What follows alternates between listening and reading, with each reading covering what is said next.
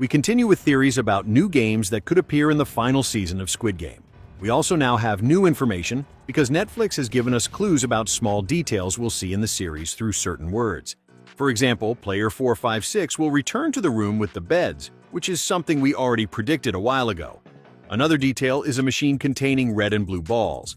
This is likely a lottery to determine who goes first in the next game.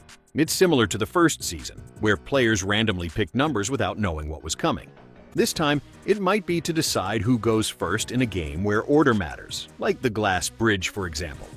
In the mini-teaser, we can see the players on a platform, or, looking at it from another angle, this lottery could be a way to form teams. For instance, in the context of the human chess game we theorized about earlier, perhaps this lottery pairs players with X and O symbols randomly, leading to many moral dilemmas in situations where they have to make decisions, which would be interesting. Now let's move on to the human chess theory. As I mentioned in the previous video, if the fifth game isn't pasamanos, the glass bridge, then it will be chess. Let the game begin. The players are taken to a room with a giant chessboard on the floor. A voice over the loudspeaker announces that the next game is called human chess. The players are divided into teams, and the losing team is completely eliminated. They have 7 minutes to form their groups.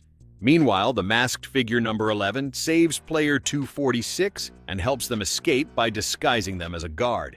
This aligns with the information we recently learned. After escaping, they encounter the police. The police arrived after getting all the information from the traitor captain. Both are in agreement. They want to stop these games and save the people. The police explain player 456's plan. The police swap clothes, put on the red jumpsuit, and infiltrate the facility with player 01. Using a radio, they inform their allies about blind spots and useful entry points, catching those inside off guard. At the same time, reinforcements enter through another entrance. Meanwhile, inside, a bloody massacre is about to begin.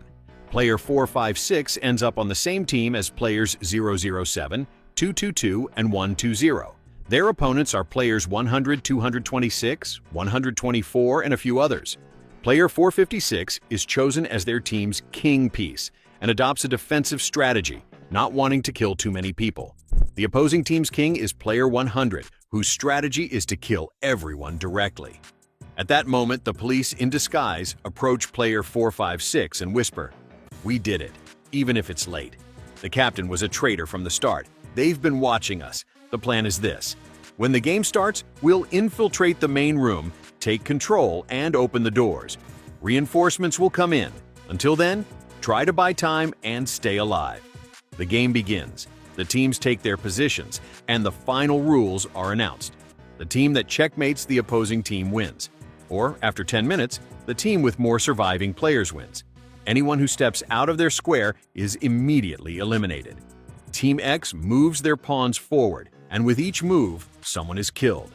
Player 456 tries to make strategic moves without killing their opponents, but player 100 doesn't care. They just want the money. They order quick and lethal moves, and many players die. The VIPs mock player 456's ideological approach. The leader says, "Kindness may be nice, but it's the greatest weakness for those who want to change the world." The enemy takes advantage of this weakness and gains the upper hand.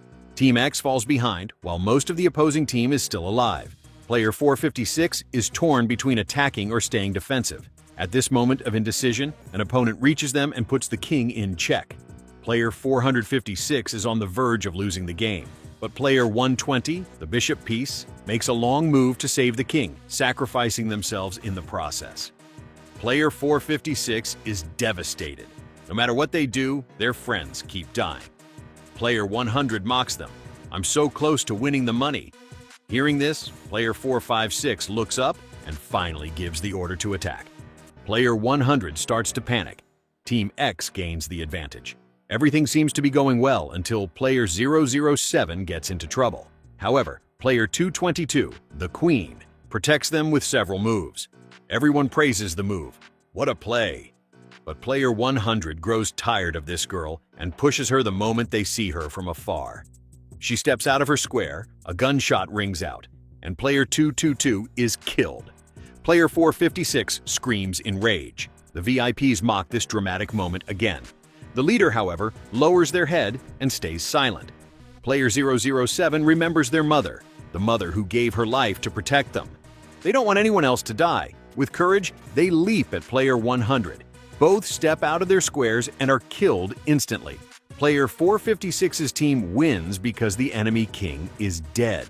The doors open and reinforcements enter. A massive conflict erupts. Filled with rage, Player 456 goes after the leader to end this once and for all. And here, the story ends. Clearly, this is just a theory, and anything could happen. As Netflix said, we're not ready for Season 3. Finally, in the recently released poster, we see more details. The shadows of the two dolls from the series stand in front of flowers at sunset. This could be the setting for the next game. If we look closely, Chol Su's side appears darker. This suggests that this doll might return in a more menacing way. So, what could the flower game be like? Write your theories in the comments, and the best one will be pinned. Alright friends, we've reached the end of the video. I hope you enjoyed it a lot. Don't forget to subscribe for more content. See you soon.